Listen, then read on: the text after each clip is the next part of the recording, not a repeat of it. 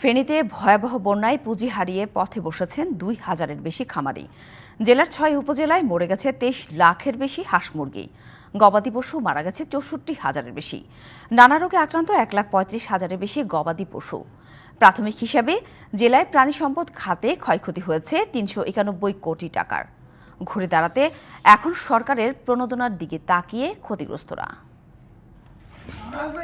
ফেনীতে ভয়াবহ বন্যায় ভেসে গেছে বহু হাঁস মুরগি, ধ্বংস হয়ে গেছে শত শত খামার। তীব্র স্রোতে পানিতে ডুবে মরে গেছে বহু গবাদি পশু, পরে ভেসে উঠেছে সেগুলো। ছাগলনাইয়া, পরশুরাম, ফুলগাজী, সোনাগাজী, দাগনভূঞা ও সদর উপজেলায় মারা গেছে ২৩,০৪,৪১০টি হাঁস মুরগি। গরু, মহিষ, ছাগল ও ভেড়া মারা গেছে ৬৪,১৬১টি। নষ্ট হয়েছে ২৩ কোটি টাকার পশু পাখির খাবার। এছাড়া দীর্ঘ সময় বন্যার পানিতে থাকায় এবং খাবার সংকটে নানা রোগে আক্রান্ত হয়েছে ১,৩৫,৮৩৯টি গবাদি পশু।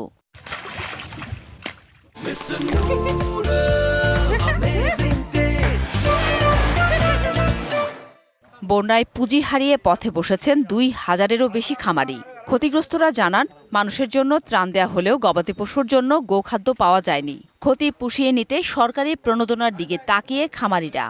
আমরা নিজেরা কোন রকম জানে বাঁচিয়ে আছি, সরকারের মতো কোনো ব্যবস্থা পারি না, নিজেরা বাঁচবো না মরক বাঁচাম। সকালে মুরগি অলরেডি শেষ, মাছও শেষ অবস্থায়, গরু আছে এখন 20টা আছে। গরু এখন আমরা খাদ্য মিলাতে হাইতেছি না, খাদ্য নাই। 30 লিটার দুধ দিত, এখন মাত্র 2 লিটার দুধ দিচ্ছে। গরুর খাবার টাবার কিচ্ছু নাই। এমন ভাবে লস খাইছি 2.5 কোটি টাকার উপরে, আমার কিছুই নেই। পথে বসে গেছি, আমরা পথের ফকির হয়ে গেছি।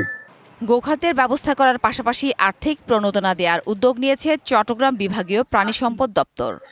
2 লক্ষের মতো আপনার গবাদি পশু আপনার এখানে ক্ষতিগ্রস্ত হয়েছে। টাকার অর্থ বলে সেখানে 200 কোটি টাকার মতো হবে, প্রায় আপনার 50 কোটি টাকার মতো আমার ফেনীতে আপনার দুধ ডিমের উৎপাদন কমেছে। ঘাসের আপনার সমস্ত মাঠ এগুলো আপনার নষ্ট হয়ে গেছে, ধ্বংস হয়ে গেছে। আবার আগের অবস্থা ফিরে যাওয়ার জন্য এখানে বিভিন্ন ধরনের সহযোগিতা করবেন এবং আর্থিক সহযোগিতা হবে। বন্যায় প্রাণী সম্পদ খাতের ক্ষতি কাটিয়ে উঠতে সরকারকে বিশেষ পরিকল্পনা নেয়ার আহ্বান সংশ্লিষ্টদের। DBC news desk.